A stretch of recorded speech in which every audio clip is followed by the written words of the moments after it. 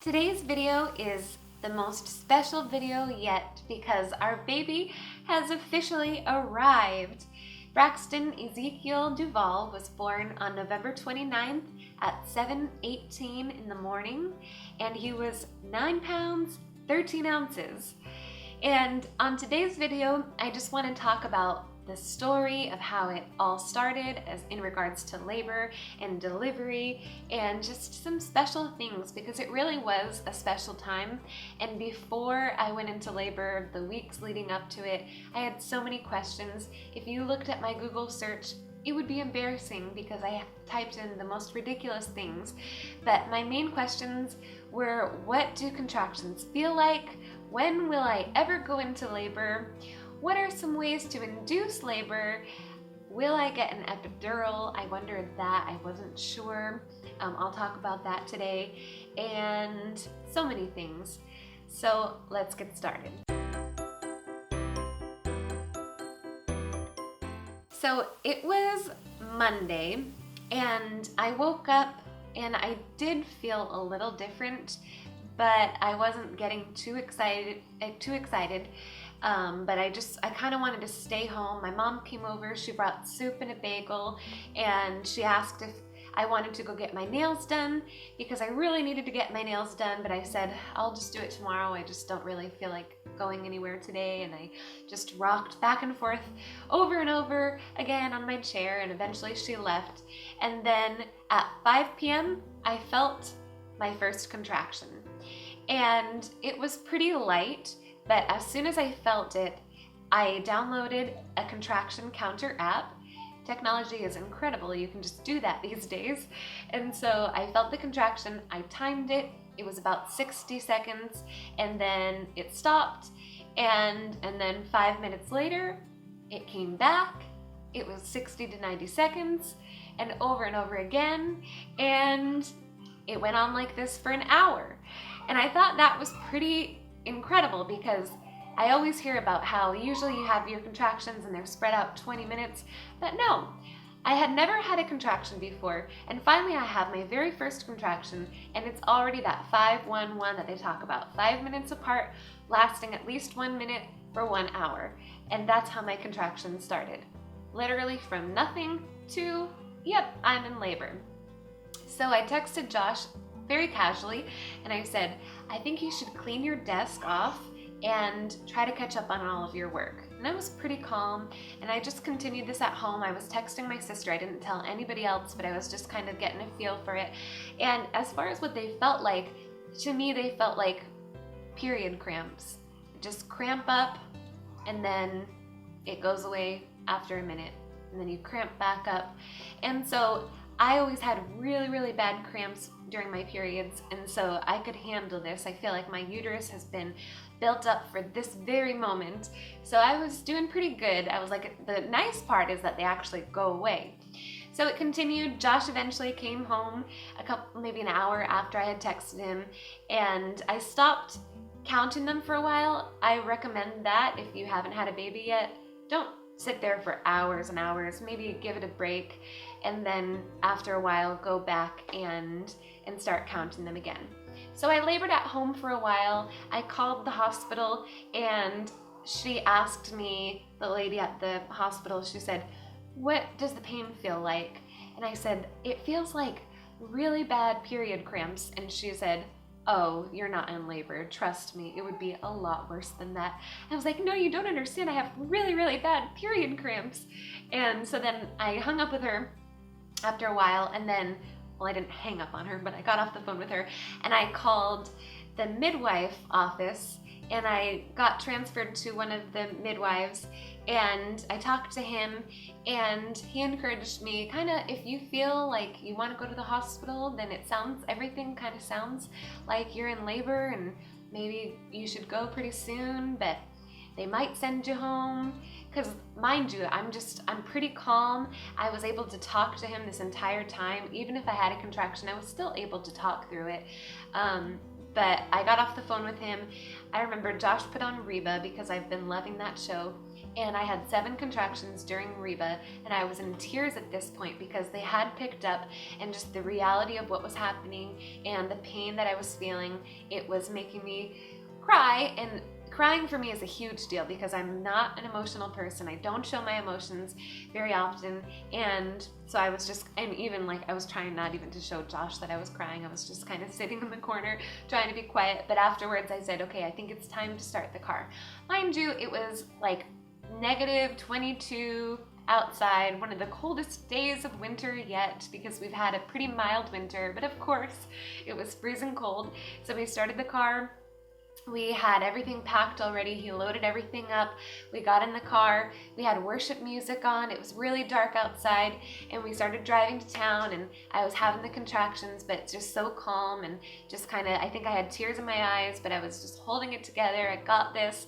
And we were pretty close to the hospital when all of a sudden 2 plow trucks were blocking both sides of the highway, left and right lanes. And so literally, I think we were going 2 miles an hour for quite a few amount of minutes, and I'm just in labor. I was like, wow, this is like from a movie, but I didn't complain. Just kind of sat there, breathed through my contractions, didn't make a lot of fuss or anything, and eventually it all worked out and we got to the hospital. I remember we walked in the wrong door and it was freezing cold and I'm in labor, and then we had to go through the emergency room because it was kind of a little later and the main part of the hospital was closed. And finally we went and we checked in, and I was like, they probably have no idea I'm actually in labor, and they probably think I'm one of those girls that's coming in and they're gonna send me home, because literally I was trying to be polite. So I just, like I said, I don't like to be emotional and I don't want to be dramatic, and so I was just trying to be polite and talk to them and checking in, and I was like, man, I'm having these contractions, but I think if I'm distracted enough, I actually don't really notice them that much. And so finally, we got led into the triage where they check you to see if you're dilated. And of course they say, we've already sent 3 people home and they thought they were in labor, but they weren't. And so we'll check you, and I'm so calm.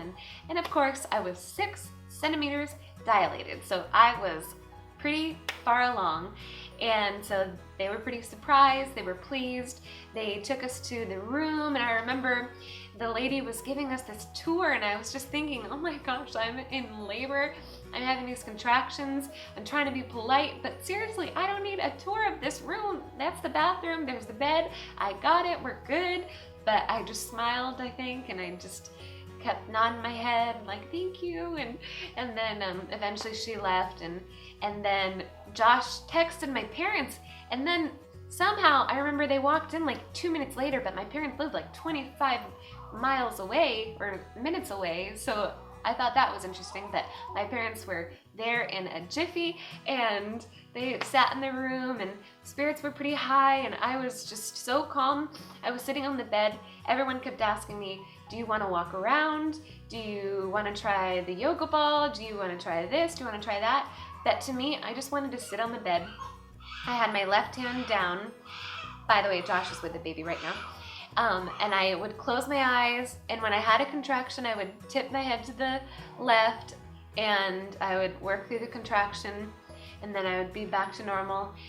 What actually was nice for me was that people were talking in the room. I had the midwife came in, and he was talking to my parents, and they were just totally joking around, which was kind of interesting, but at the same time, it distracted me enough.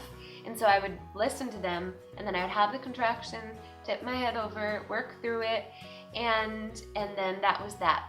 Everyone offered me different positions, but I felt like I was pretty confident with going through the contractions on the bed, just sitting there. I was a little nervous, like, if I'm walking around, how do I manage through a contraction? So it was my comfort zone. I did try the yoga ball, but I felt it was really uncomfortable because it was so low to the ground. But Josh would massage my back during the pause, and then I would have the contraction, and I would stuff my head in a pillow, and I don't remember what he did at that point, but I know I just worked through the contraction. And the only other position I did was, there was like a corner in the wall that I just stuck my head against, and I would work through the contraction that way.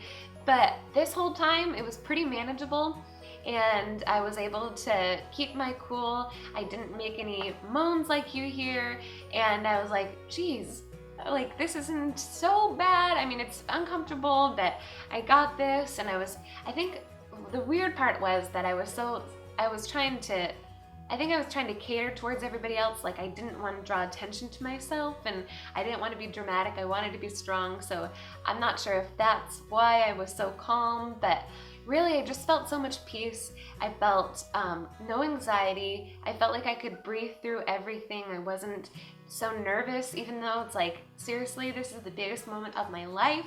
I felt so much peace. And then they wanted to check me again, and I was 8 centimeters at that point, and that was really good progress.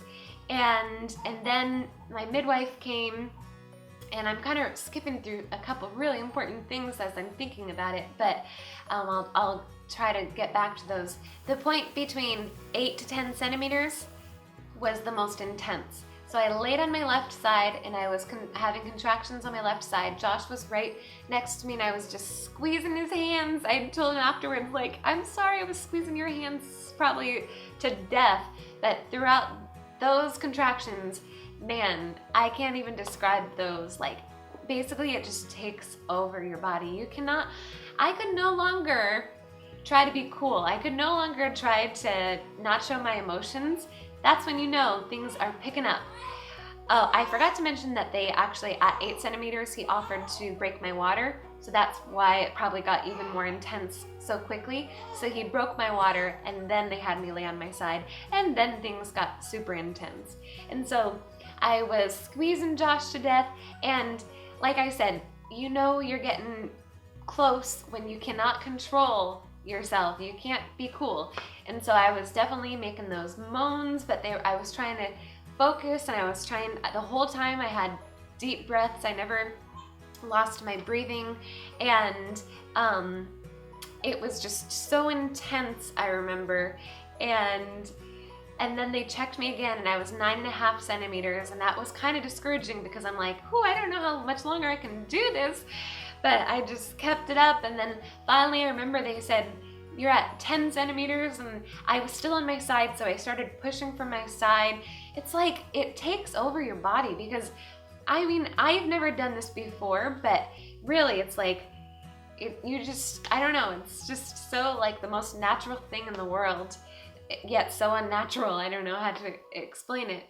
But I was kind of like thinking the baby was gonna come after a while of pushing, but no, the baby wasn't coming. And so we tried it at a different position, and I've told a few people about this position because it's one that's not talked about very often, but I was just getting so exhausted. My midwife encouraged me to try this. So we learned about it in our birthing class. They put a foot bar in front of the bed, and I propped my legs up. They had a rope or a sheet attached to the center of it, and instead of pushing down low, you pull towards you, and towards your chin you pull yourself up, and you don't have to push down there. The pulling does the exact same effect as pushing, so it kind of gave me a break down there. But I thought afterwards, I was like, I probably did that for 10 minutes, and Josh said, no, you did that for 45 minutes. And he felt my arms and said that like my biceps were just so tight, like I was like a beast. And I remember after probably towards that last 45 minutes, like I was done. I had absolutely no strength. I could not continue to do that.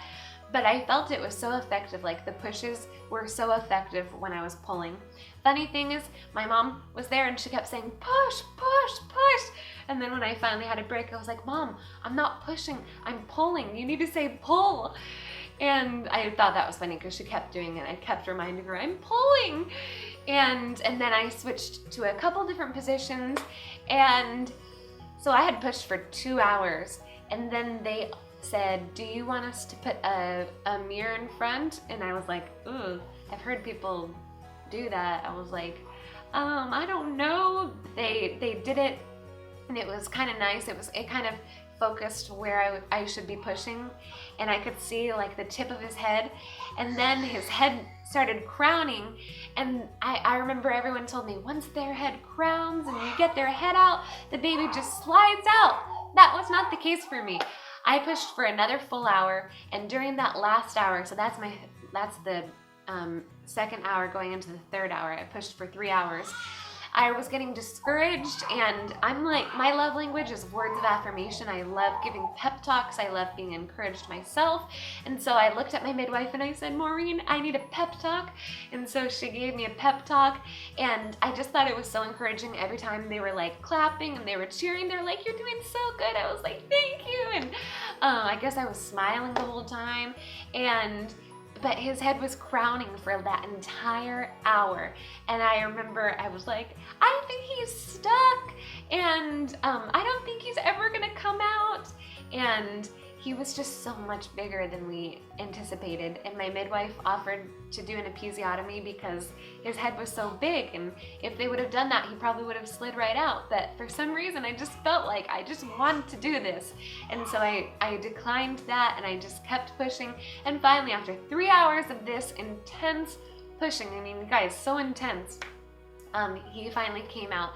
And one thing I remember distinctly is that everyone says that they just slide out after their head comes out, but my husband, his whole family has these broad shoulders, and I'm like, yeah, he's a DuVall, because I felt like I had to work through his shoulders coming out, and I felt like every part of his shoulders, and it was not a slide, it was like I had to work to get him out.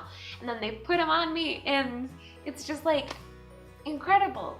And everyone always talks about that, and I was worried, like, it's just so new to me, and I thought I'd be scared. Everyone says it's so beautiful, and I'm like, what if I don't feel that way? What if I feel like, oh, I don't know what to do? But it wasn't like that, and I was able to have skin on skin, just like I wanted. And then I think Braxton stayed on me for 2 full, maybe 3 hours, because we also got to do our first nursing together, and I loved that. The whole time they had to do, they have to do stuff down there, and you have to deliver the placenta and all that fun stuff. But the whole time he was on me, and I'm like, that's so special. That's exactly what I wanted. So the gist of all of my questions, when will I go into labor? I'll tell you. I tried every single natural labor induction thing, and everyone always said the baby will come when the baby will come, and I'm like, oh, that's so annoying when people say that. But the truth is, the baby will come when the baby wants to come. I thought he was gonna come way earlier than he did. Every single person in my family had an early baby. I have to be the one person that has an overdue baby. I have to be the one person that has like practically a 10-pound baby. But it was perfect. It was literally the most perfect timing. What will contractions feel like? I'm sure they feel different for everybody, but for me, they were like period cramps. Will I make weird noises? I tried to be strong for as long as I could, but there comes a point where you just have to let go. Your body takes over, and there's no controlling what is going to come out of your mouth. And will I get an epidural? No, I didn't. And I think this was just incredible for me, because I learned so much about myself. Like, I'm so much stronger than I thought I was. The nurses were just like, they couldn't believe. They would walk in and they were like, she doesn't have any medicine, because I'm seriously like pushing for 3 hours. And I have this huge baby that's trying to come out, and no one could believe it. And I mean, it was just cool for me. Like, I'm not against getting an epidural or anything. I was gonna get it if I needed to. I was gonna get laughing gas if I needed to, but I just felt the whole time. I remember my mom said she never felt like she needed it. She felt like she could do it. And I kept thinking of that. And then I remember, I'm words of affirmation. I remember my friend Jackie, she said, I don't know, you just seem like you can do it, and you're gonna be pretty calm. And that whatever she said, just really, I was like, I just want to do it. Like, I think I can do it. And so I really think I was able to do it naturally because I did so much research. We went to our birthing class. I watched The Business of Being Born.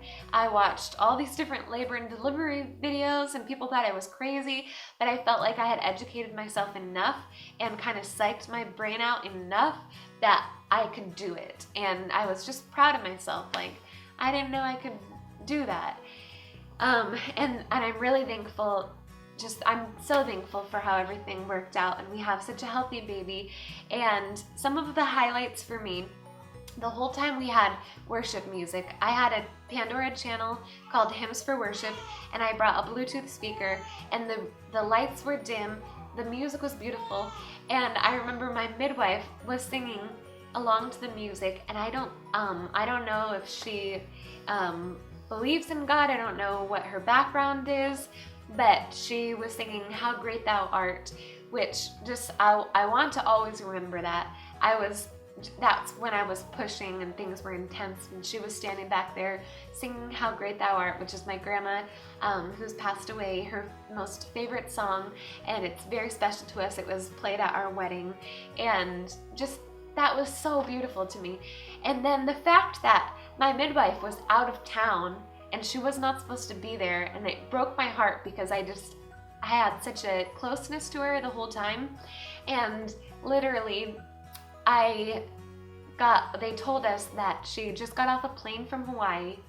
It was 2 o'clock in the morning, and she was taking a taxi to come to the hospital to come deliver my baby. And she was retiring 3 days later. She went out of town for 2 weeks and was retiring a couple days later, but I went overdue with my baby, and the timing was just perfect. I was supposed to get induced the very next morning, but she got off the airplane, took a taxi, got there. I was like 9.5 centimeters dilated, and then I was pushing, and she was the one that was there when my baby came out. And just the labor and delivery nurses, everything was perfect.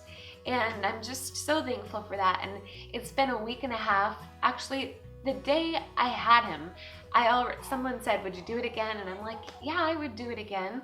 And someone also told me that God has a way of kind of taking the memory away of all the pain, because it's like, how do people have such terrible labors and deliveries and go through all this pain, but they still have babies? And my pastor's wife, she said, I think God has a way of just kind of taking that away from you. And it's like, I'm like, I need to film this video because I feel like I'll forget some of the intensity of it. But so many little things that are actually so many big things that make this story so beautiful to me. I'm just so thankful. Our baby's healthy, he's perfect, and we couldn't be happier, and we're just so thankful. I feel like there's so much more I could tell you, and I hope I got it across, but that's all for now, and we're at home with our beautiful baby, and I guess we'll see if I have any more updates to share on here. But thank you so much for watching, and blessings to you and your family.